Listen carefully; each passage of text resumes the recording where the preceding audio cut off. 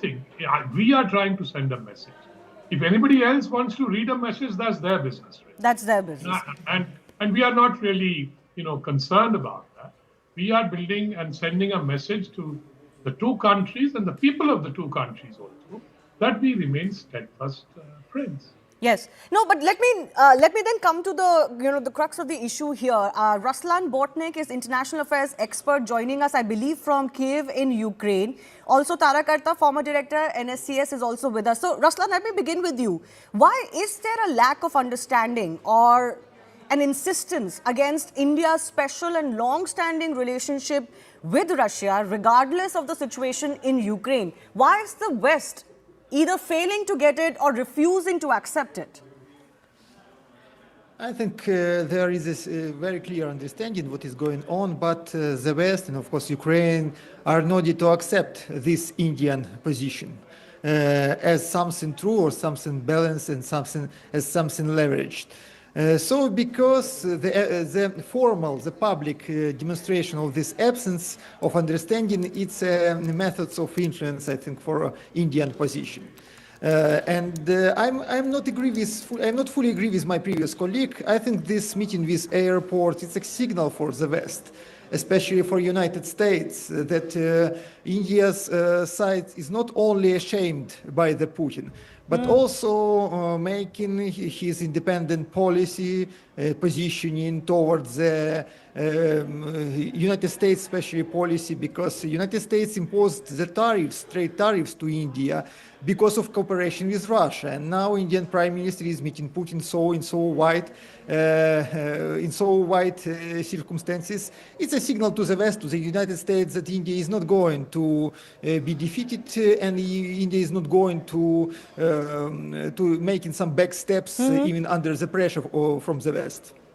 No, which is exactly why it seems like the West's insistence, as you put it, Ruslan, to not accept the Indian position, it's only self-defeatist. It's also, kind of souring the relationship, which was a burgeoning relationship between India and US and Europe, for example. But before I come to that, let me also go across to Tatiana, because, to expect that India would completely upend its friendship and a time-tested friendship with Russia, just because international situation has changed because of this war, was always an irrational demand. And the West doesn't seem to get it. Well, Shivani, I can't quite agree with you in terms of it being an irrational demand on the part of the West, because that would essentially mean that the West is ready to live in a non-Western dominated world. Right. It hasn't been, the playbook has changed, but to expect for any US president, we talk a lot about Donald Trump being irrational or being this and that, which in fact he's not. He's just much more straightforward than, his Democratic predecessor.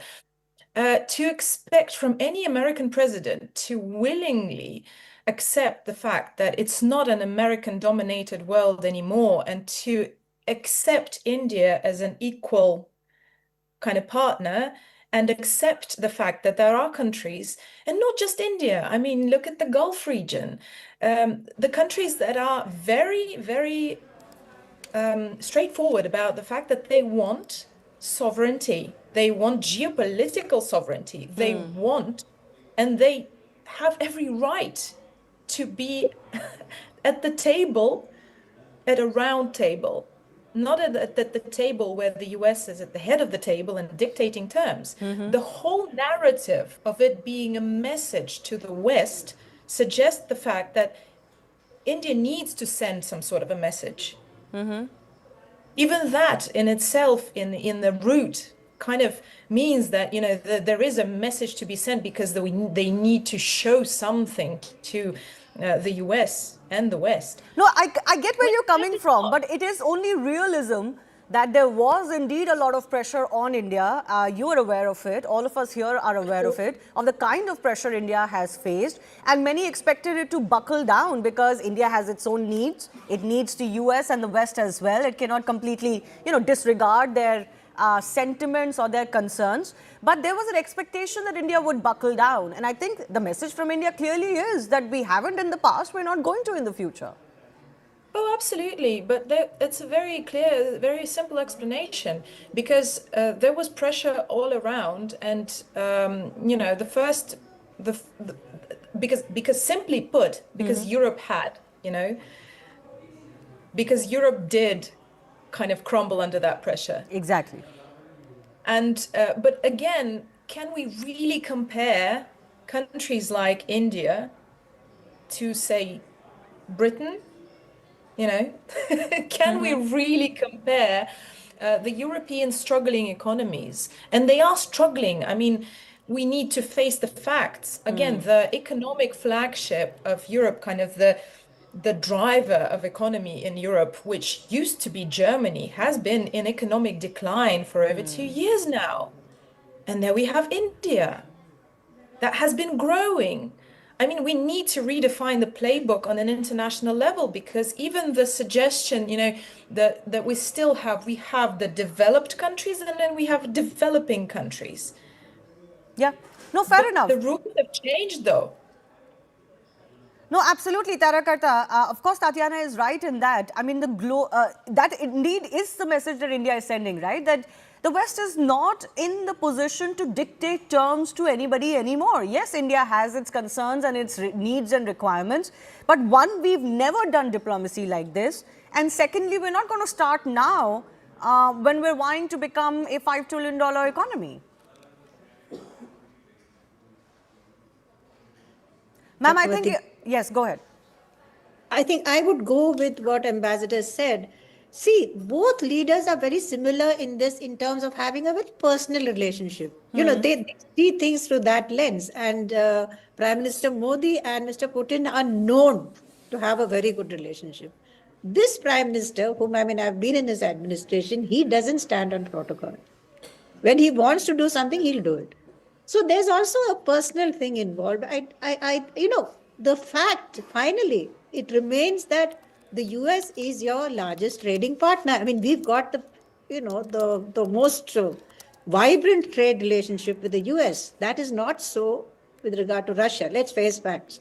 So it's not so much sending a message, but also an acknowledgement that Russia has stood by us, even recently. You remember when that Article 370, China tried their best to put it on the UN table and Russia blocked it. We've supported Russia. I mean, this is something we've done for years. It comes very naturally to the Indian establishment to back Russia because we really have nothing against each other. This is one of those rare relationships where you're not competing with each other at all. You, in fact, sort of support each other at various times. So in that kind of a relationship where there's a degree of comfort, I'm not saying everything is hunky-dory, it's not. There is a degree of comfort with each other, which is why we've also gone in for this, we can come to that later, this logistics agreement. That's the next step. So it makes a lot of sense. So are you suggesting, Tarakarta, that in that sense there is absolutely no trepidation, if that may be a strong word, in the Indian system, that there is going to be possibly more hit back from US or the West because of this visit? Oh, I think there's a very clear-eyed realism that if you go in for any major defense deals, there will be a blowback. There's no two ways on that. Energy, we've already cut down. It's already gone down by, I think, about 30%, the kind of energy we've been taking from Russia. But all of this comes back to the point which Prime Minister has been making, that it is in our interests that the Ukraine war has to end. You know, if that ends, then we can go forward with so many things. I mean, there's apart from the very moral aspect of the thing that Ukraine needs a break. I mean, come on, enough is enough. Right? So apart from that, the fact is our own interests are affected by the war. Okay. So So I'll come back to what could be the consequences of what happens and what is likely to happen, not likely to happen during this visit. But Elena, I want you to come into this conversation. According to you, what do you think is the message that India is sending? Speaking on today's official visit of Russian delegation and its level, including ministers, head of government corporation, heads of Russian banks. We expect about 10 intergovernmental agreements and more than 15 contracts to be signed. And it's a strong signal to other world that we have our private interests in such spheres as high tech, like nuclear technologies, aerospace, payments, agri-technologies, biosafety, which shows that we don't need any yes from the rest of the world. As Russia and India had a trade volume over $70 billion, and it's exceeding, and we expect it to be more than $100 billion by 2030. So we have a very strong ties, not historically, but also in education, in high tech, in culture. It's a strong ties between our leaders, and we don't need any signal from the Western countries to straightforward in our contacts. I want to go back across to Ruslan as well. Do you think that this realization has set in that, you know, the strategy of trying to publicly bully India is not going to work? You're going to have to work behind the scenes with India if you want to express your concerns and have them on the table. But the manner in which, for example, it was done recently, that certainly seems to have backfired. Do you think there's a sense in NATO countries about this? Maybe, but I think we are still waiting some kind of political apologies from India in the West. What do I mean? What am I mean? I mean that India, every time after such steps, after the meetings with Russia, with some agreements with Russia, India is trying to strengthen the connection with the West. So after this visit, I'm sure that Indian government will try to make some maybe calls or plan some visits to the West, and even maybe some additional connections with Ukraine. It was so after the last visit of India's Prime Minister to the Russia, as you remember, then was visit to Ukraine. India is trying to leverage it to balance in geopolitical arena, because India is really non-alignment state which is providing its own independence international policy. But you are right, absolutely, that this old strategy of post-colonial strategy, when we have a very dominated power which is able to put any country in the world in a special position to blame it or to demand some kind of behavior. This time in the past, and now we are living in multipolar world when no one can really make a significant fatal pressure to anyone. Exactly. And you know, Pinak Ranjanji, what happened because of, you know, the explosion in the style of functioning of the US administration with Trump coming to power and all of this tariff that was going on, his aides talking about India in a very demeaning manner, almost trying to bully us, you know. The problem that happened was that India was working towards a deeper strategic relationship with the US. I think that was the sense in New Delhi and the excitement in India that India and US are going to power through to a long-standing, very strategic relationship. But that public stance and posturing against India, it just completely spoiled the pitch.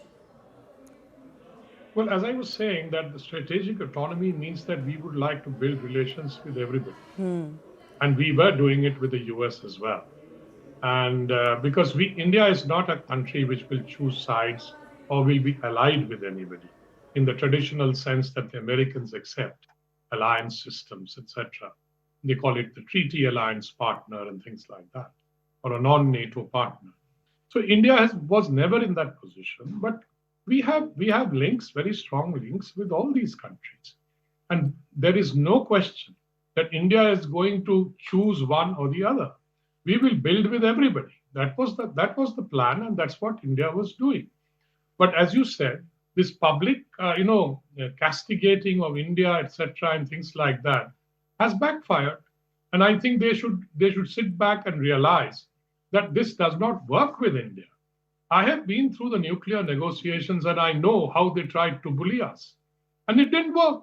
So they should go back and read those files again as to what they tried and what didn't work. And maybe there is some other way of getting India to cooperate if they wish to change their policy. So I think this is a new kind of way that the American administration, led by Mr. Trump, is trying to test out a new kind of diplomacy. Call it what you like, disruptive diplomacy, guerrilla diplomacy, or all kinds of things can be, phraseology we can invent as diplomats. But the fact is, it's not going to work. Now, the question is, when will they realize it? That's for them to realize, because if they wish India to go down on its knees, they are living in a cloud cuckoo land, is what I would say. We are willing to adjust. We are willing to adjust with everybody. That's not the point. But the point is, you don't tell us to kneel down and say, "Hey, look, This is what you have to do." Exactly. That this is what you have to do. That's not going to happen. Can I don't know why such experienced people in America, maybe they are not so experienced, because this is a brand new lot which has come and they have no idea, I think. I don't know whether any of them have handled foreign policy ever before. And I know many of them. I have a lot of American friends and diplomats who are my friends, and I talk to them. And they themselves tell me, we are quite mystified how they are carrying on with this kind of. Yes. Can I coin my own term? I think it's the Jean-Claude Van Damme kind of a diplomacy. Call it what you like. Or Johnny Rambo kind of a diplomacy. You're going to come in and you're going to shoot everybody, and everybody's going to either going to die. Shoot from the hip, yes. All the bad guys will kneel in front of you. Tatiana, what do you think? How do we describe this diplomacy? Well, obviously, there's one thing that you can't take away from Donald Trump. I think I even posted that somewhere, that, how he is extremely talented in being able to offend over 1 billion people, with one post. Yes. That is beyond me. That is truly a talent. But again, this is something that the president actually spoke about. Our president has spoke about that. That India has changed so much. It's taken, it's completely changed and come into its own. And not everybody kind of got the message, that there is a sense of kind of habit in talking down to countries that some Western states are just used to having them as, former colonies, and there is a sense that they have not yet quite fully understood that this era has passed. And just as you said in the package, before our panel, this is the foundation of this relationship. Putting aside the fact that Vladimir Putin and Prime Minister Modi share almost 25 years of a personal relationship, that the first time they met was, in 2001, I believe, then when Narendra Modi was the chief minister for Gujarat, right? But the fact that Russia was never a colonizer, it never spoke down to India, it was always a partner. So the difference in diplomacy is very, very clear. It was very, very clear from the very beginning. And we've come to a point of kind of no return. I mean, what Donald Trump does bluntly, Democrats do in a subtle... lesser evil sometimes, because people would argue that even a Democrat president would have tried to do exactly the same. Although under Biden, we did see the kind of bonhomie that we had never seen before as far as India-US relationship is concerned. Who knows? But certainly, and you talked about that one statement that upset 1 billion plus people, and that was the one on India-Pakistan ceasefire.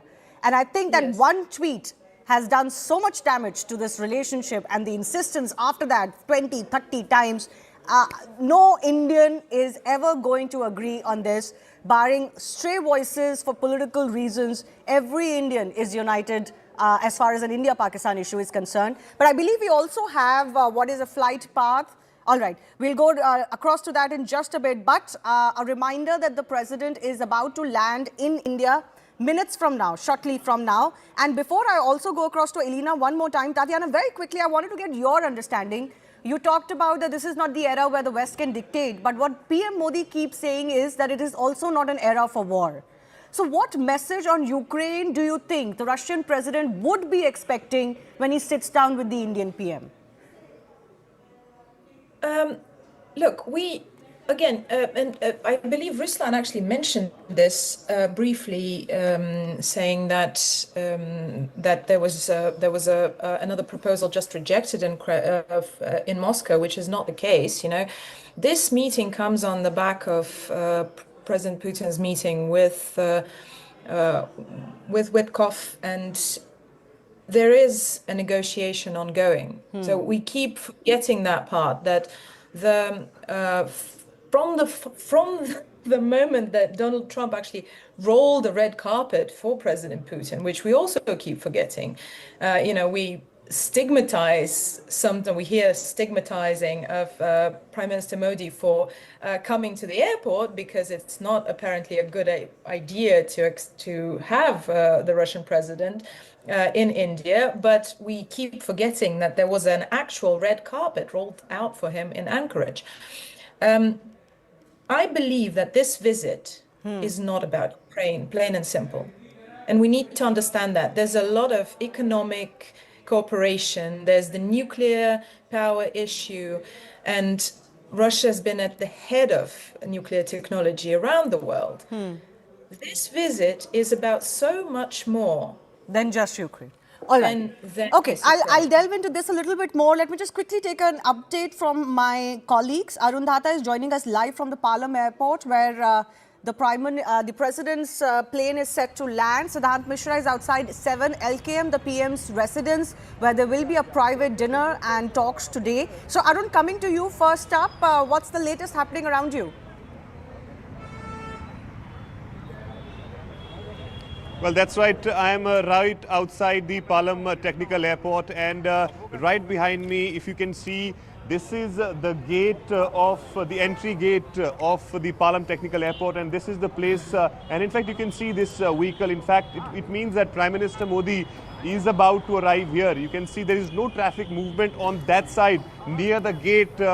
2 minutes back, there were vehicles which were in fact flying. Now it seems that everything is stopped, which means that any moment you can see Prime Minister Modi will be reaching here. Remember, Shivani, we've been talking about the welcome which Russian President Vladimir Putin is going to get here, because Prime Minister Modi himself is coming here. He's breaking all the protocol, and this happened very few occasions. Remember in 2015, 2017, 2020, and this year itself, there was Barack Obama in 2015, Sheikh Hasina 2017, Shinzo Abe in 2017, Donald Trump in 2020 in Ahmedabad, and in 2025, Sheikh Amir of Qatar.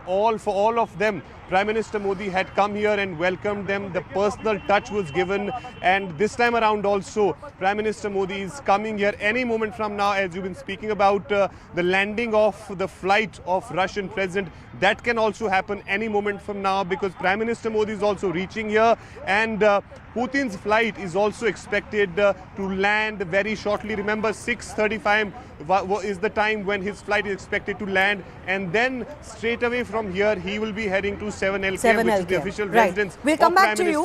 About 7 minutes to go as far as the landing is concerned, and Siddhant is joining us at the Prime Minister's residence. Akansha Swaroop, my colleague, is also joining us from Bharat Mandapam. Siddhant, to you first. Preparations all set. What is expected as far as this meeting at the PM's residence today is concerned? Well, Shivani, today's meeting is very, very significant because this meeting only takes place when a country has a very special and strategic partnership with the other country. In fact, if we talk about Prime Minister Modi, then he has hosted only selected leaders at 7 LKM. It was President Putin, then Joseph Biden, JD Vance, and Israeli Prime Minister Benjamin Netanyahu. Now, once again, he will be hosting President Putin at his official residence. This is also in reciprocity because last year when Prime Minister Modi visited Moscow, at that point President Putin hosted Prime Minister Modi at his private mansion. Both leaders spoke for about 2 hours, and this is in reciprocity, and this is the reason that from the airport President Putin will come straight to Prime Minister's residence, where both leaders will hold restrictive level talks. Perhaps we've been told that it will only be President Putin and Prime Minister Modi and the interpreters, nobody else. So it's an opportunity for both leaders to exchange perspectives on regional and global matters, also to discuss bilateral relationship, how to deepen the cooperation in the bilateral relationship when it comes to trade, defense, etc., etc. So today's meeting is very, very important, very, very significant, and this is happening ahead of 23rd India-Russia annual summit, which will take place tomorrow at Hyderabad House. Yes, and what is expected at Bharat Mandapam? Let's take that to Akansha, who's joining us. Akansha, tell us more of what happens. All right, so we are at Bharat Mandapam, and this is where the India-Russia Business Forum is happening. And today has been a very interesting day because there was a delegation headed from the Indian side by our Commerce Minister, Shri Piyush Goyal. On the other hand, you also had a delegation. All right, Akansha, interrupting you for a brief moment. Prime Minister's carcade is visible. This is happening at the Palam Airport. So the Prime Minister's carcade has reached the Palam Airport.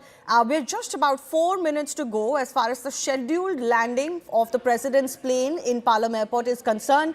The Prime Minister has, as they say, broken protocol to receive his good friend Vladimir Putin at the airport.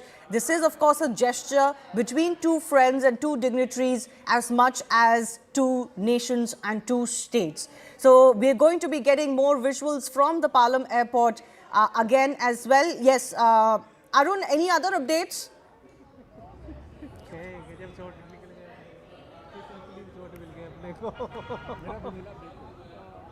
All right, we'll keep going back across to Arun in just a bit. Akansha, yes, you were saying something.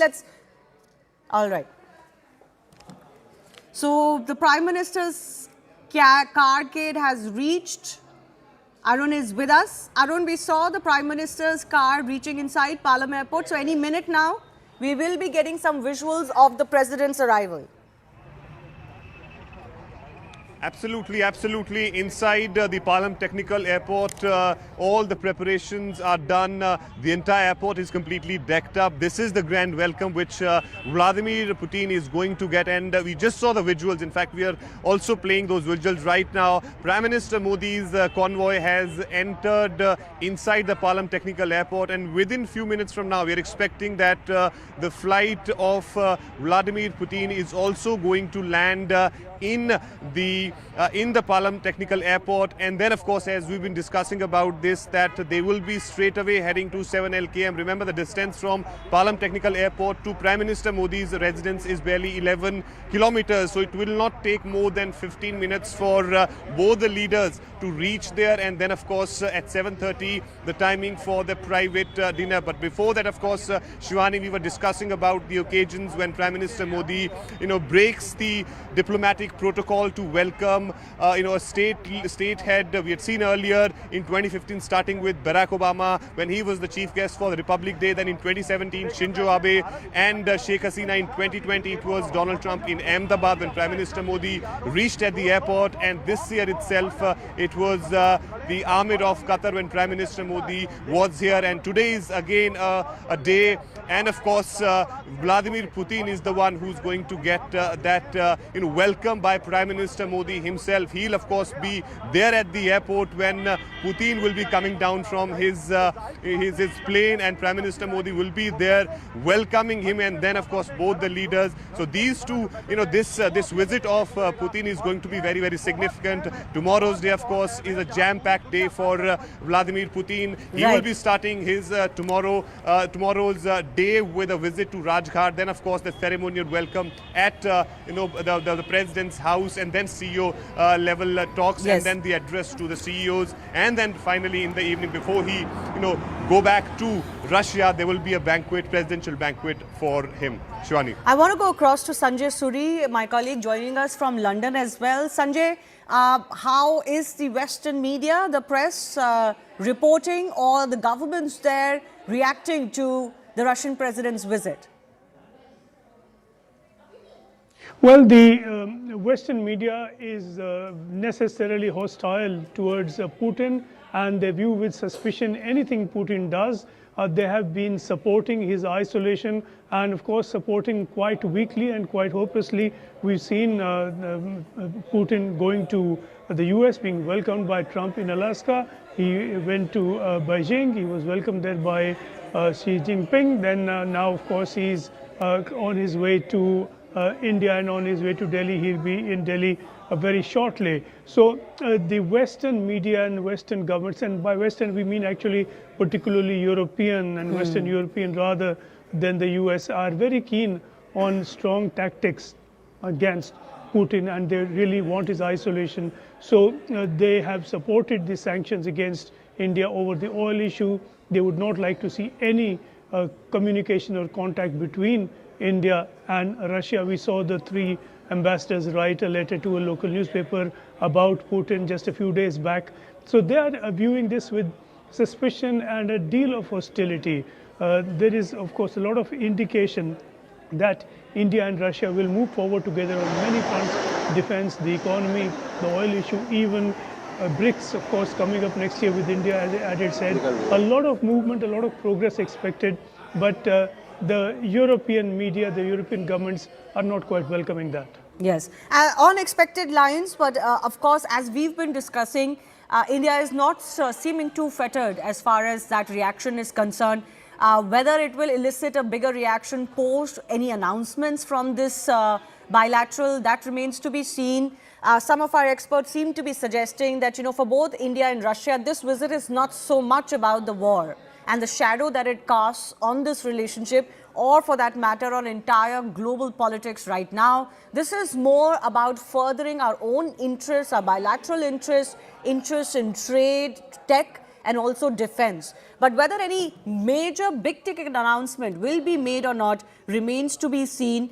There are certainly 10 pacts, 15 MOUs that are on the docket. But Pinak Ranjan continues to be with us. I wanted to understand from you too, of what message, if any, do you think PM Modi will be conveying on the Ukraine situation to President Vladimir Putin? Well, I expect that in the one-to-one meeting and dinner, President Putin might be briefing Prime Minister Modi about the peace plan that is on the table. And a lot of that apparently is acceptable to Russia and to President Putin. But there may be some points that are not still being thrashed out. As you know, the American delegation was discussing this before Mr. Putin left for New Delhi. So that could be one factor. And the second would be, as we know from within the system, that if there are disagreements on one or two crucial things, they are bumped up to this level. And then the two leaders get together, they discuss it, and then they either reach an agreement or they say, okay, we will talk about it more later. That's the kind of thing that happens in these meetings. So there will be a very fixed kind of agenda in the sense that there will be other issues to be discussed. Both sides might raise various issues. Visuals of a ceremonial kind of arrival for the Russian President Vladimir Putin. His flight is about to land, and very soon we will be getting visuals of his arrival. But what we can, of course, confirm to our viewers is that the Prime Minister is at Palam Airport. His carcade has reached a while ago, and he will be there on the tarmac welcoming Russian President Vladimir Putin. This is Putin's most watched, most globally watched, talked about visit to India. He has, of course, visited India multiple times in the past, almost a dozen times. But this is one that is not just being watched out closely for both of these countries, but also for the entire world. So far, there haven't been any, eyebrow-raising responses per se, but it is not left to anybody's imagination what the West, particularly NATO countries, have to say and feel about India's red carpet to Vladimir Putin. My colleague Siddhant also continues to be with us. Siddhant, very quickly, even as we wait for those first visuals of the visiting president's arrival, what has been the response that you've been getting in the diplomatic circles in New Delhi ahead of this visit? Well, Shivani, whenever these two leaders meet, there is always chatter, there's always comments coming from the Western influencers, journalists, things like that. In fact, last time around also when Prime Minister Modi was in Moscow, Western journalists wrote many articles, perhaps, exposing Russian invasion and writing against Russia, etc., etc. This time around, something very unusual happened, where three envoys, German ambassador, British High Commissioner, and French ambassador, wrote a piece on the Ukraine conflict and blamed Russia for it. They appreciated Prime Minister Modi's view, his efforts since the beginning of the war, but they criticized Russia, they blamed Russia for the conflict. Perhaps that piece has not been received well by the Indian government. In fact, sources in Ministry of External Affairs tell us that this is a very unusual practice. A country should not be advising the other country on how to keep relationship with the third country. So that was the message which was given by Ministry of External Affairs. In fact, Ministry has also taken note of that piece.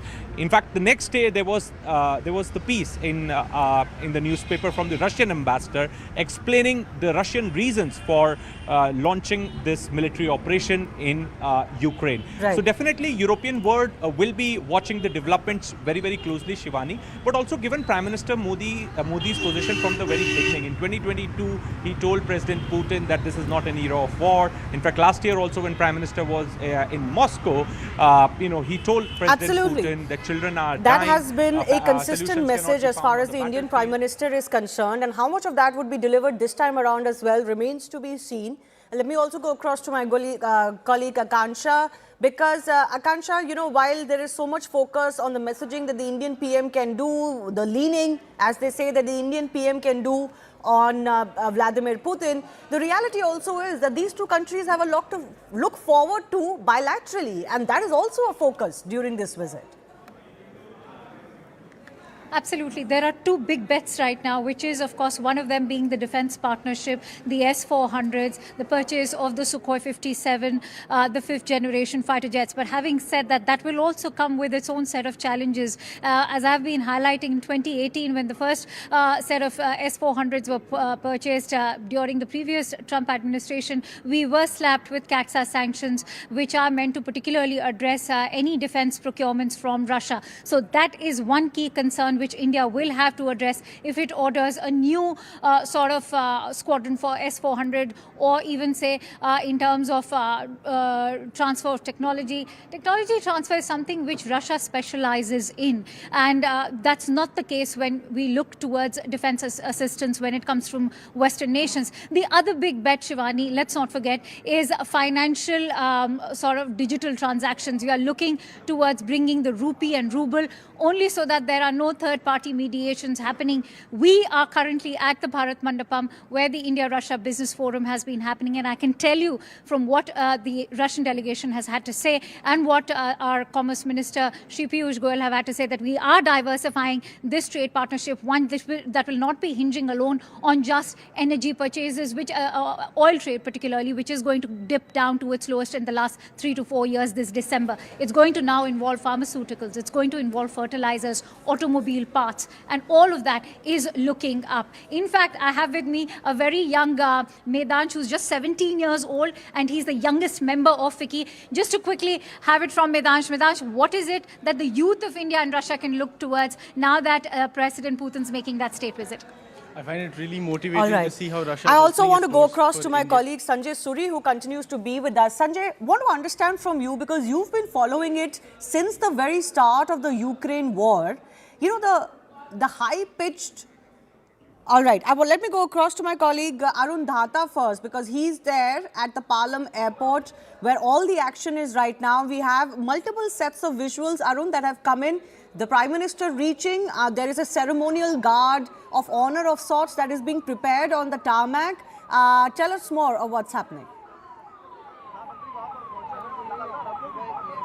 Well, that's right. We have earlier shown that Prime Minister Modi had entered the Palam Technical Airport, and in fact he's inside. As we've been discussing about the preparations inside the airport, completely it is decked up to welcome the Russian President Vladimir Putin. Let me quickly show you a glimpse of the Palam Technical Airport gate. There you can see now.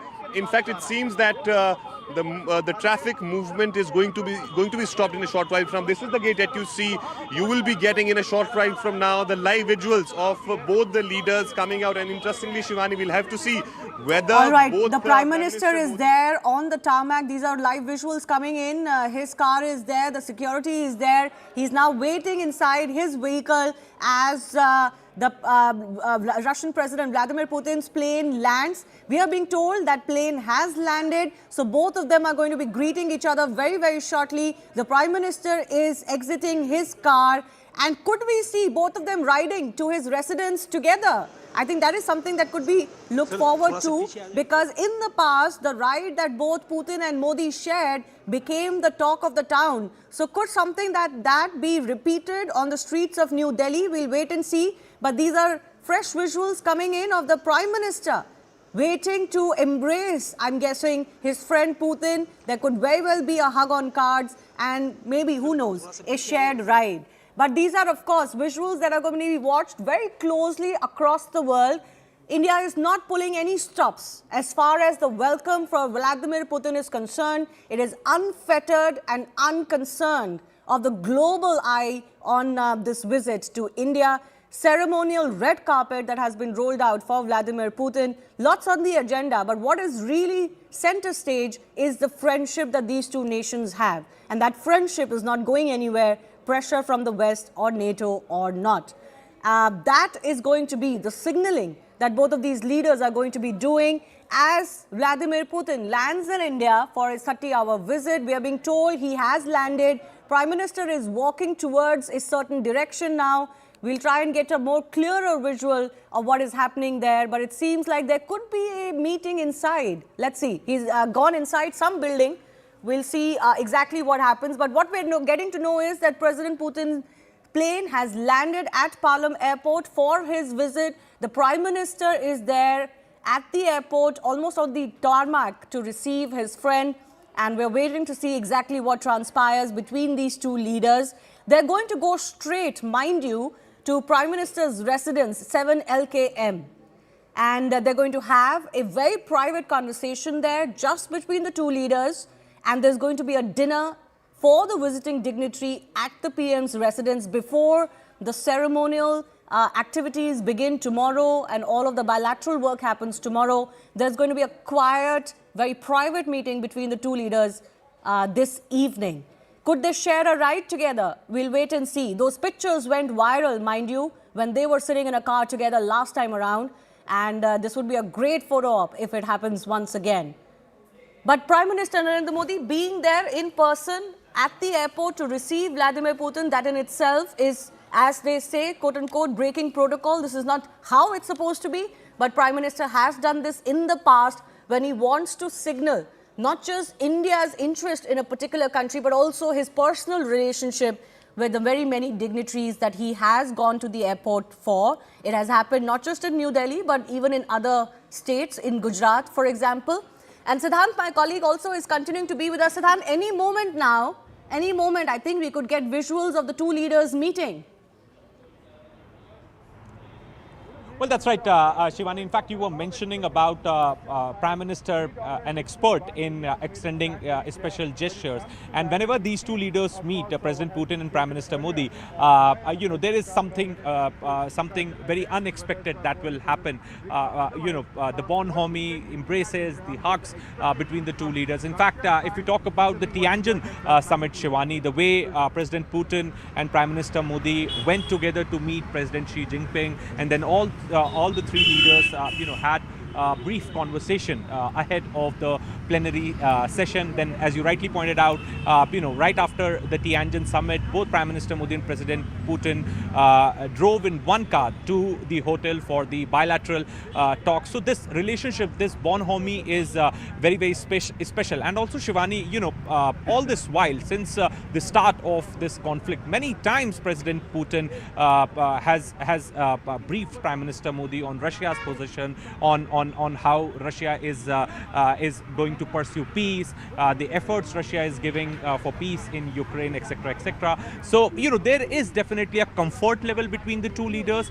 There is definitely a very good understanding between the two leaders, and this is the reason that last time around also, when Prime Minister Modi visited Moscow, there was restrictive level talks between the two leaders. In fact, both leaders exchanged perspectives on Ukraine conflict. And also, Shivani, because of this comfort level only, Prime Minister Modi is the only world leader to be sitting next to President Putin and telling him, stop the war, children are dying. So this is exactly what Prime Minister Modi said when he visited Moscow last year in July. So that's the level of comfort, and Russia is always open to discuss anything related to Ukraine conflict or global scenarios with India. So, this to celebrate this bonhomie, to celebrate this relationship, this kinship, Prime Minister Modi has once again extended this special gesture of going to the airports by breaking all protocols and to receive his friend. This is not the first time. This is not the first time, Siddhant. This is Anand here, and good evening to our viewers as we continue on into the right stand. Whether or not will these two leaders take the right stand in the interest of global peace, harmony, and of course the global south. More importantly, what will be the interest of Bharat and Russia? That's the big question, as Prime Minister Narendra Modi, like he did for the Saudi Arabia prince, like he did for Sheikh Hasina in the past, like he has done for special leaders, he has for Donald Trump. He has gone there to show to the world that Vladimir Putin and Bharat's equation with Russia is equally important for Bharat as compared to any of the other nations, be it in the friendly neighborhood or be it from the West. But this is a special gesture. Let's remember, Arun Dhanta is there at the airport. We also have Siddhant joining us right from outside 7 LKM, that's where they will actually make their way. We must remember at Tianjin, there was a very special gesture that was extended by President Putin, where he waited for 10 minutes in his Aurus Senat, and then he brought in and hosted Prime Minister Narendra Modi in his vehicle, in his security vehicle, and they drove around for an hour. The world watched when Prime Minister Narendra Modi sat inside President Putin's car, and President Putin actually waited for 10 minutes because Prime Minister Narendra Modi was held up at that time. Now, these are fresh visuals coming through. The red carpet has been laid out.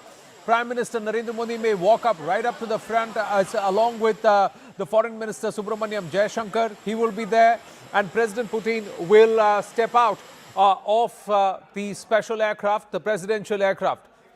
Now, we will have, that's Prime Minister Narendra Modi getting off the vehicle and greeting the people present. There is a special guard of honor right at the tarmac, and President Putin will get out of the aircraft any moment now, and we should have those pictures. This is indeed a big moment, and Siddhant and Arun Dhanta with us. Siddhant, weigh in on this. The Bharat Dosti, Russia Dosti, the President Putin, Prime Minister Narendra Modi connection and them knowing each other goes back to 2001, where we have pictures of Prime Minister Narendra Modi, perhaps as Chief Minister of Gujarat at that time, accompanying Prime Minister Vajpayee to Moscow. And at that time, it was Prime Minister Vladimir Putin. Boris Yeltsin was the president.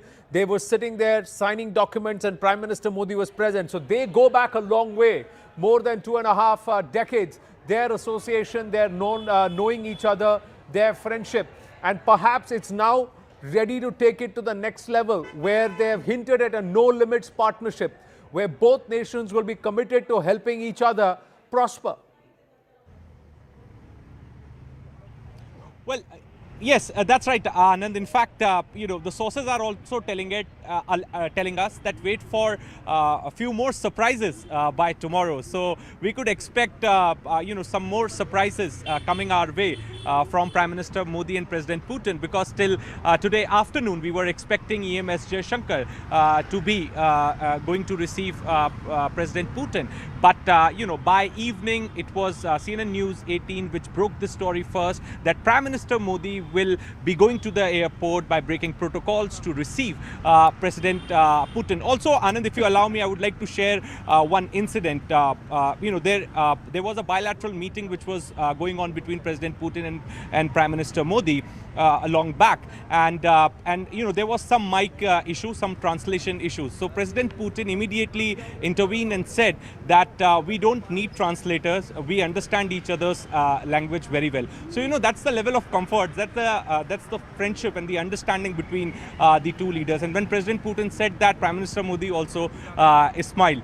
So as I said, that there's going to be more surprises, there's going to be more gestures, unexpected gestures, which we could expect tomorrow in the national capital when these two leaders are going to meet. And this is the first visit of President Putin to India in 5 years. Today, both leaders will have a private meeting. It will only be President Putin and Prime Minister Modi in room, along with the translators, and perhaps they are going to discuss global scenarios. That meeting, Siddhant, actually begins even as they depart the airport. For all you know, they may just travel in the same car. Whether, just checking with Arun Danta. Arun, did you also see President Putin's cavalcade, the Aurus Senat, which has been brought down specifically for his visit here and for his local travel? Is that already inside the airport? Is it a possibility that the two leaders may actually share the same vehicle on their way out, on the way to Lok Kalyan Marg? Well, Anand, it's going to be very, very interesting to see as to what happens, how both the leaders travel, whether there will be a redux moment, what we witnessed in Tianjin in China when President Putin waited for Prime Minister Modi and then both of them traveled in the same car. Will today again be a day when those scenes will be once again seen here? But as we are seeing that Prime Minister Modi is already inside, and we are also told that Vladimir Putin has also reached here. And Anand, let me quickly tell you that the distance from here, the Palam Technical Airport, to the 7 LKM, the official residence of Prime Minister Modi, is 11 kilometers. At the moment they come out of this gate, if you can see right now from our camera on our screens right now, is 15 to 20 minutes. 7:30 is the time for the dinner. And of course, as we've been speaking to people inside the airport, they're saying that the entire airport is glittering, completely decked up, and Prime Minister Modi, of course, ensuring, because he reached way before time inside the airport, and in fact, took a stalk around how's the preparation for the welcome of Vladimir Putin. Remember, as you've been also discussing about this, there have been very few instances when Prime Minister Modi himself had come to the airport, and this year we had seen when Amir of Qatar had arrived, Prime Minister Modi was here, and in 2020 in Ahmedabad for Donald Trump, in 2017 for Sheikh Hasina and for Shinzo Abe, and in 2015 for Barack Obama when he was the chief guest of Republic Day. So today again is the day, and that shows that how important that person is for you, who is coming to your country, and you are himself going there at the airport and waiting for him actually to arrive, and then of course the entire delegation along with you. That 10-minute wait, so that 10-minute wait will go a long way. That will not be forgotten. That 10-minute wait that President Putin made in Tianjin for Prime Minister Narendra Modi to join him inside his vehicle in his car will not be forgotten. And perhaps this is also a signal to the world. We'll try and see if we have our guests this evening on the right stand to understand the import of of these pictures. We should also have the live visuals coming. These are from just a short while ago. The preparations are at full tilt, and there will be the bonhomie. There will be where do they meet and greet each other.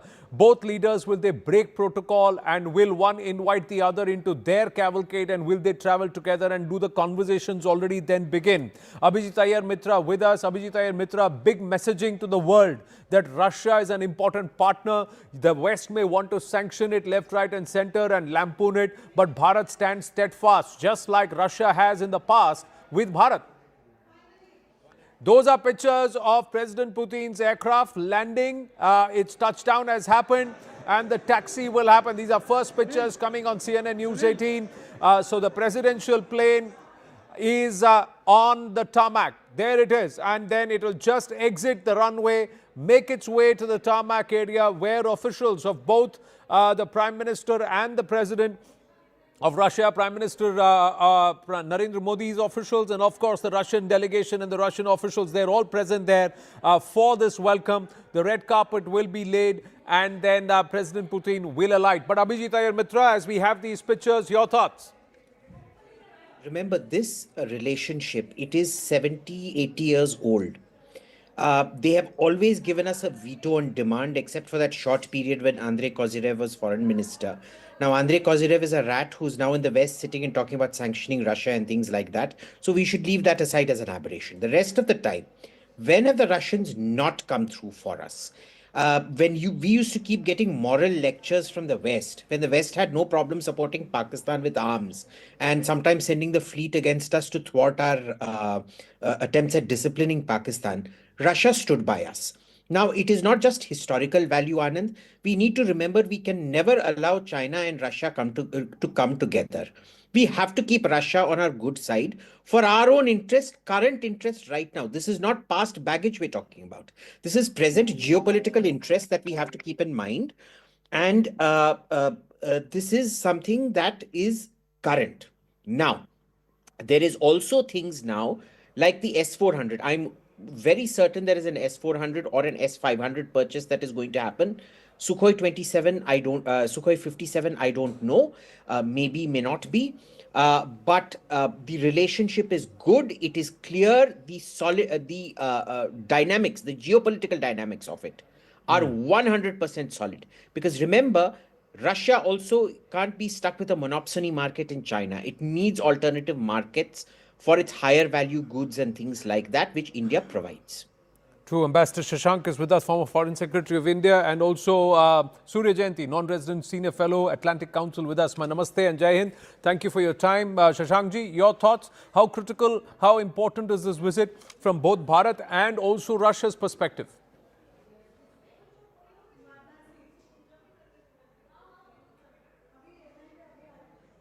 Shashankji, can you hear me? Yes, I can hear you. Yeah, your thoughts, please. Namaste. Anand here. Ji. Namaste, Anand. No, I didn't hear your question. I thought you were asking someone else. No, the question was to you. Yes. The importance of this visit from both Russia's perspective and also Bharat's perspective. The timing also. It's an extremely important visit. It's taking place after 4 years. And when there have been signs that America is trying to bring an end to the Ukraine-Russia conflict, but it is finding that, firstly, the Europeans are not on board. Secondly, the American arms manufacturers are also not on board. So there is some kind of a difficulty within the American setup. So with this as the background, Russia and India are both trying to continue strengthening their relationships. This is a relationship of total mutual trust, and which has been built up over a long period of time. And the kind of technology transfers which have taken place between our two countries, they have led to a new situation where we have been talking about a joint production, joint R&D, and investments in both places. So I think these are the issues which have been talked about. Now we need to implement them. And I think keeping in mind India's Atmanirbharta campaign, we should really request this time Russia to do the technology transfer as much as possible to India. Well, with respect to the S-500s, there is conversation around technology transfer. The S-500s are important in terms of futuristic capabilities. There's conversation around technology transfer and manufacture in Bharat of the Sukhoi 57 too. But will we get there? Because we're still expecting 2 batteries of the S-400s. That's already part of the deal. Surya Jayanti, will it be largely defense, or will there be another geopolitical import of this visit too? This is a hugely important visit, geopolitically speaking. I think the broader background here is, and I say this speaking from Washington, D.C., and as a former U.S. diplomat assigned to Ukraine, the broader background here is that it is not all about the United States all the time. And I think it is easy for Washington often to forget that there are countries out there that have their own long-standing relationships, their own long-standing priorities that diverge from the United States' geopolitical and economic priorities. So what Washington is watching unfold is exactly that situation now between Russia and India. And what Washington wants is, of course, a big part of the dance that's going to go on, because Modi is in a position where he needs to balance both his interests with Moscow and also his interests with Washington, D.C. But there are many aspects of this that the United States has no role in. And so I think we will see as much of a strengthening of the relationship as possible between India and Russia from this. I think it will be couched very much in rhetoric of global stability. I think India will be quite careful to make sure that it isn't saying anything inflammatory to the United States. But we are watching a little bit of a global power realignment, and the Russia, India, China shift of power from Western capitals to these Eastern countries is something that I think is rapidly unfolding, and that the Russian war in Ukraine has played a big part of.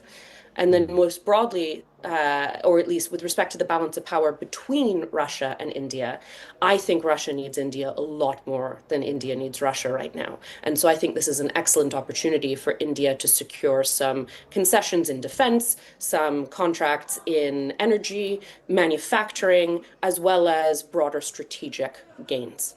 Well, Bharat has a 70 billion import bill and just a 4 billion export bill to Russia right now. So that trade deficit needs to be balanced a bit. Nikita Menkovich, director of the Eurasian Analytical Club, is also with us. My namaste. Thank you for your time. Your thoughts on this? There are 10 GOMs that are supposed to be signed. That's not necessarily defense. What do you think will be the key focus areas, Nikita, as far as President Putin's perspective is concerned? Because there have been some placatory tones post the Witkoff meet from the Americans. There has been some indications from Mr. Peskov also, where he said that we just need a sovereign guarantee from Ukraine that they will not join NATO, and then we can immediately cease fire. Will that conversation also happen between these two leaders? Is Bharat playing a role in the Russia-Ukraine conflict? Nikita. First of all, I'd like to underline that there is no Russian-Ukrainian conflict. It is a Ukrainian problem, Ukrainian conflict, in which Russian and Ukrainian army fighting against a puppet government in Kiev. They're fighting for those land and for those freedom. That's what it is about. Of course, in this case, Russia is dealing with the United States, who established and controlled so-called Ukrainian government of Mr. Zelensky. The only thing we want our land back. We want freedom for our people. We want guarantees that no new war will be produced by United States and NATO on Ukraine territory. Of course, we doesn't want to see there NATO troops, American soldiers, American occupation. That's all about. Please don't talk about so-called Russo-Ukrainian conflict. A lot of Ukrainian people fighting against American mercenaries in Russian troops. Russian and Ukrainian people are allies against NATO aggression. You should remember it. It's also about the narratives and perspectives from either side. And one of the things perhaps that Bharat can learn is to how to shed the Western narrative and to try and pursue a narrative that is important to the country. The Russians seem to be doing that very focused and ably, and have negotiated a huge gamut of sanctions and financial distress to continue to sustain themselves. But Farwa Amer, Director of South Asia Initiatives, Asia Society Policy Institute, would you agree with Nikita, Surya, or would you have a different perspective itself on the import of this visit, the connect between these two leaders, and more importantly, the Bharat-Russia dosti? Can this move to that no limits description that was hinted at by Mr. Peskov? Thank you for having me. I do agree with what Surya said. It is important for India to value and to keep continuing to support its partnerships both with Russia and with the United States. Of course, this has been a challenging year for the US-India relationship. There's the trust deficit that has developed, and this visit is coming at a very delicate time because of the US sanctions and the tariffs and the trade deal that is on the table between the United States and India. And there's been a decrease in the crude oil imports that had seen a massive increase and was something notable for the United States between India and Russia. So now when this visit is going to happen, it's going to be one where India would want to make sure that the overall relationship, despite these differences that have emerged because of the sort of curbing the oil imports in light of the US sanctions and to comply with some of the US demands, and in terms of securing its relationship with the West, it will be to also make sure that the relationship with Russia stays stable and steady. One of the biggest narratives coming out of India is to expand this relationship and take it beyond defense and oil, and to try and make it more broadly economic, sort of one where there is room for more technological cooperation. There is room to do more on the civil nuclear cooperation side and collaboration side. There's one labor mobility agreement that's likely going to be signed as well. So, to engage more from a people-to-people perspective. So how can you take this relationship and make it a little bit broader to kind of maintain that status of this privileged and strategic partnership? Of course, this has been a testing time for India because this year has sort of laid out how much strategic flexibility there is for India in this rapidly evolving geopolitical order that we are seeing, not just with how India is engaging with Russia in light of what's coming out of the West and Western policy uncertainty towards India, but also how it's kind of stepped up even so cautiously in terms of its engagement with China. When Prime Minister Modi was in China after 7 years for the SCO, that event in itself also had reactions come out of Washington. So there is room, however, to see to kind of make sure that both relationships can somehow remain in parallel and do well if there's progress on the Ukraine negotiations, peace negotiations. Well, there may be territorial disagreements. There would also be an adversarial thought process between China's machinations under the CCP and the PLA vis-a-vis Bharat. But when a nation like and under the leadership of Donald Trump tries to weaponize trade, then can other nations set aside their territorial ambitions and look at how they can use economics, they can use trade to perhaps defang bullies? Is that a possibility, Shashankji? But if it comes to Bharat and Russia, then there has to be a rupee-ruble agreement. Because you can't base it on the dollar if Russia continues to be sanctioned and Bharat continues to be threatened with sanctions if it continues to buy oil. Although it's hypocritical that nations in Europe, America itself continues to trade with Russia, be it fertilizers, oil, energy, etc. Yeah, I agree with you that America has been putting unilateral tariffs on India, which is quite unfair. But India has to see that, well, they have not put these tariffs on China, Europe, and on itself. And therefore, we have to ensure that whatever oil and other energy resources we buy from Russia, we should use it for ourselves, number one. Secondly, we should go for technology transfer, because that will be strengthening the Atmanirbharta campaign of India. Thirdly, as you said, that we have to make arrangement for rupee-ruble trading directly, whichever way it is possible, either by more investments by Russia and India, by choosing a larger gamut of imports from India, or asking Indian companies to invest in Russia. Also, as you said, labor movement might be there because apparently Russia is short of technical manpower, skilled manpower, and the labor, and they would very much like to have a large number of people from India. So I think these are all issues which are necessary. China, of course, they have their own territorial ambitions, but China has been telling India for a long time that China and India are both civilizational powers in Asia, and we can delay our contest for a later time. In the meantime, if we build up our economic capacities, our technical capacities, then we might be able to see that Asia has a better role to play in the world relationships. So I think with what America is doing right now, that is making it possible for India to look at the Chinese advice much more positively, which we were not doing earlier, because earlier our foreign minister had been saying that let us first sort out the border issues, and then we will come to the other parts. But now I think that the Americans are putting unilateral sanctions on India, but while leaving out China or many other countries from this. So therefore, India has to see that, well, we also build up our ties with China to the extent possible, and also with Russia, which of course are very, very important ties for us. Yeah, I think if the Chinese state can afford to take some strong decisions, they, 2 months or 1.5 months, they stop importing soya bean. And the Americans immediately looked at that $10 billion bill and immediately, calmed down. So there were certain weapons, again, trade, the amount of debt that the Chinese absorb of the American debt, all of that also weighs in with, Trump trying to look at Bharat and not at China.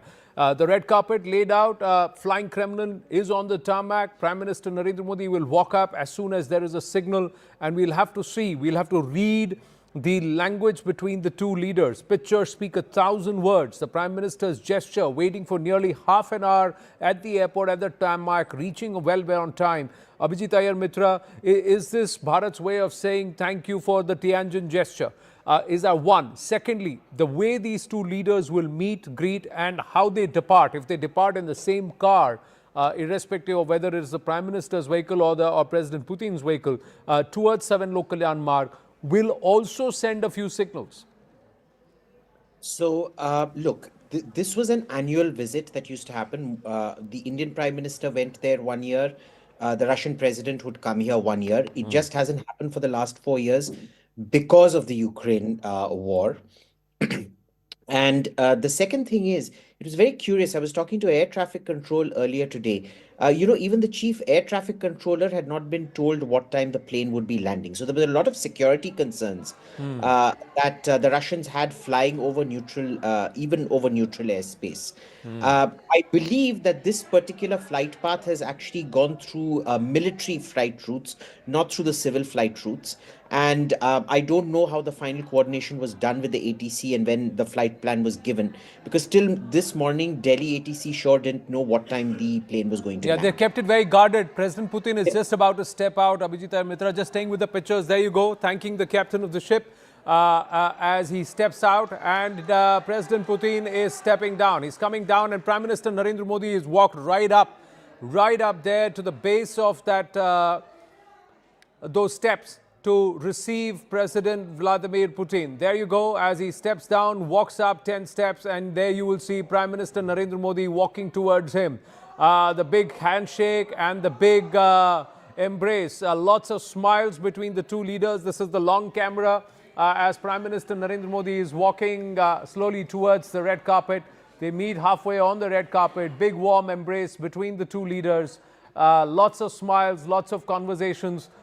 Clearly, both of them can converse in English, and that's what's happened. A short conversation in English as both of them walk together.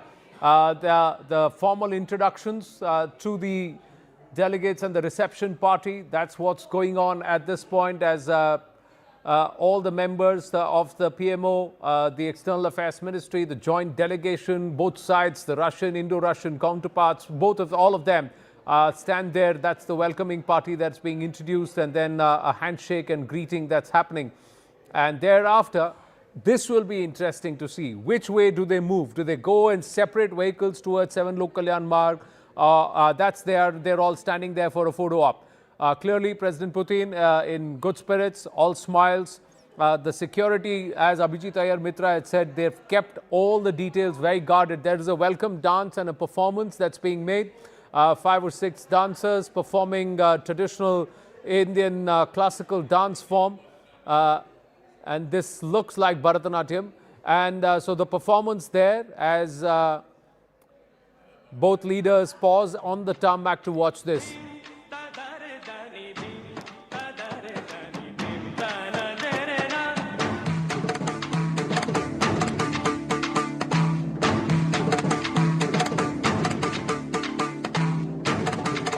They watch, they applaud the performers for their effort.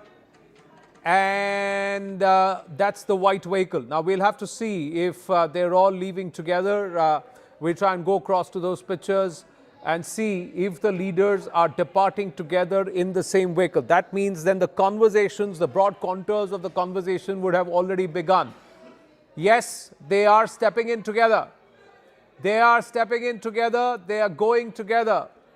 There you go. The import of this is important. This looks like the president's vehicle. The president's vehicle in which Prime Minister Narendra Modi is also seated. The president sitting right behind the chauffeur, the driver's side, and Prime Minister sitting to the president's left. And the two leaders are already conversing. The SPG, the Russian security protocol, all of them sitting there. There are pictures that are being taken of the two leaders, and we'll have those pictures also being released in a bit. But Shashankji is with us. This is significant. After Tianjin, the second time the two leaders are traveling in the same vehicle. This is very rare.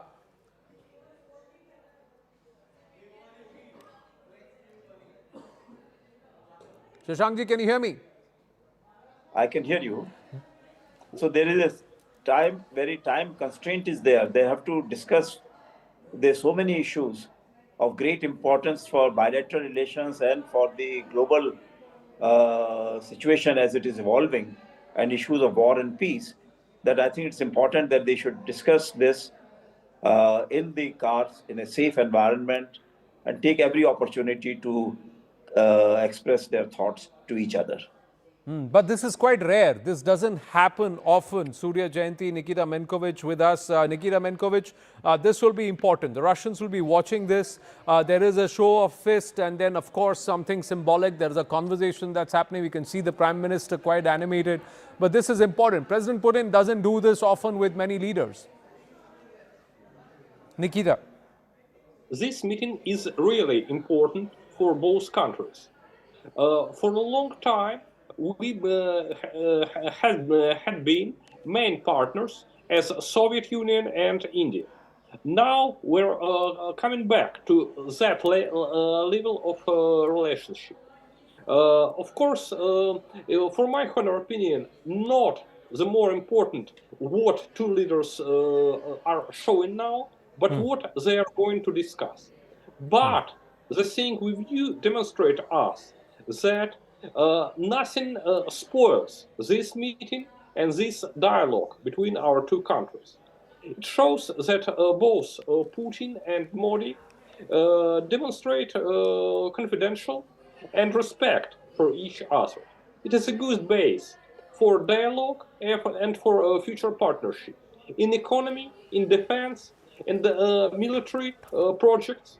I hope that also IT, science, and other fields will be a topic of our dialogue and next. I'm just going to interrupt you because we're getting pictures from Arun Dhanta's camera. Arun, you're just at the point where the two leaders are departing in the same car, same vehicle together. So similar to Tianjin, it's a white color vehicle that should come your way any moment now. Arun, talk us through what you see. That's right, Anand. You can see the convoy, the first car of the convoy is coming out. In fact, this is the protocol car that you see. The gate is open. This is the Palam Technical Airport, and you can see now there's a glittering vehicle. This is also a protocol vehicle coming from inside the Palam Technical Airport. We just saw, in fact, we're seeing those deferred visuals of inside the airport, and now you can see that one after the other these protocol cars are coming, and any moment on this camera it'll be a white vehicle. It'll be a white colored vehicle. Of course, this is the entire convoy. This is the entire convoy. Now, Anand, you can see all these vehicles now coming out from the Palam Technical Airport. You can see these visuals on your screen as we've been discussing. There you go. That's the white vehicle. 11-kilometer journey from here to 7 LKM, and it will not take more than 15 minutes for this entire convoy to reach at Prime Minister Modi's residence. You can see this entire entourage here moving away from the Palam Technical Airport as we were witnessing the visuals of the inside, the welcome dance, the traditional dance there. And So the cavalcade has of left both you, the and leaders. we saw a little bit of a freeze in the pictures, the live pictures, because of the jammers that are in place. Huge amount of security, viewers, that have been put in place for President Putin's visit. And this is again breaking protocol. But Nikita Menkovich saying, I'm going to focus, we need to focus on what they will discuss. But the conversation has already begun. Surya Jayanti, will the White House also be watching? Will Europe leaders there also be watching the intensity of the conversation, the bonhomie between the leaders, the gestures that are extended? All this is also subtle messaging somewhere. Or would everybody look at, say, all right, this is optics. Let's look at the brass tacks. Let's look at what's being signed, what's being agreed on. I think it is always easy to read a lot into the optics. They are an indication of a warm relationship and therefore important. I think Washington is probably going to ignore most of the optics, however, and wait to hear what the substance is. The main issue for Washington here is that Russia has made itself something of an international pariah by invading Ukraine, and as a consequence has faced strong sanctions over the last approaching 4 years. And therefore, what Putin needs out of this visit is a great deal. And I think there is a considerable power imbalance at the moment between Russia and India. Russia needs India much more than India needs Russia. And that's why you see President Putin really making an effort to show respect and show honor and project those diplomatic cues that you were just speaking about. Because Russia finds itself in a difficult position. One, it remains a mostly international pariah, but two, indications are that its economy is in recession, its budget is usually over 33% reliant on oil and gas revenue, and although its export numbers have not actually dropped, its revenue numbers are down 34% this year. It needs India. And so it has come to pay homage, and to some extent, it's come to beg. And so I think this is a great opportunity for India to secure some very solid economic benefits from the relationship. Farwa Amir, I know you're pressed for time. Quick word? Farwa Amir has left. Just quick word from Siddhant, who's at 7 Lok Kalyan Marg. The cavalcade is headed his way. In exactly about 10 minutes, they should be there. Siddhant, the import of this, many experts believe Russia needs India more at this point than the other way around. What is Bharat's approach going to be? You've been speaking to a lot of people. What's being worked in terms of behind the scenes? What's the focus on? Well, the focus will be mainly on the bilateral issues, Anand. The biggest concern for the Indian government is the trade deficit. In fact, Russian side also acknowledges this concern. In fact, the business forums from India and Russia have been meeting from last 24 hours to find out plan to reduce this trade deficit. Now, India also wants the buyer-seller relationship as far as fertilizer exports from Russia is concerned to go beyond the buyer-seller relationship. That is also something which is on the agenda.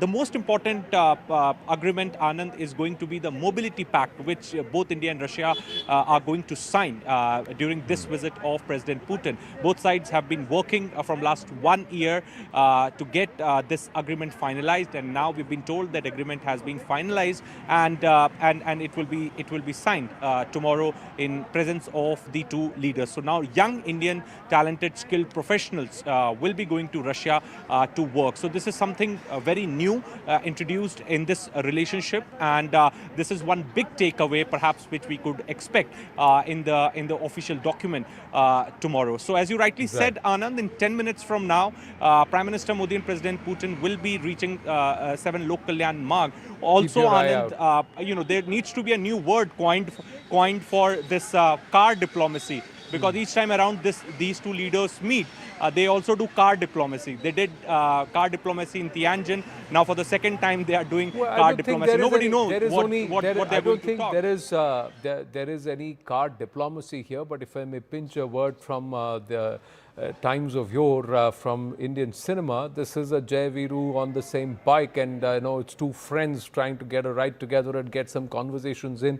This time it's not a motorbike, but it's a car, and it's a phenomenal gesture to show that irrespective of the ebbs and the flows and also the highs and the troughs, peaks and the troughs, their equations will not change, and they will continue to partner with each other and maintain this friendship. That respect is something that needs to be underlined, and the gesture, the Prime Minister going back and sitting in that car, it's the Prime Minister of the country. There is no ego there, saying that, all right, you're the visitor, it's your security vehicle, but I will sit there, let's break protocol, it doesn't matter.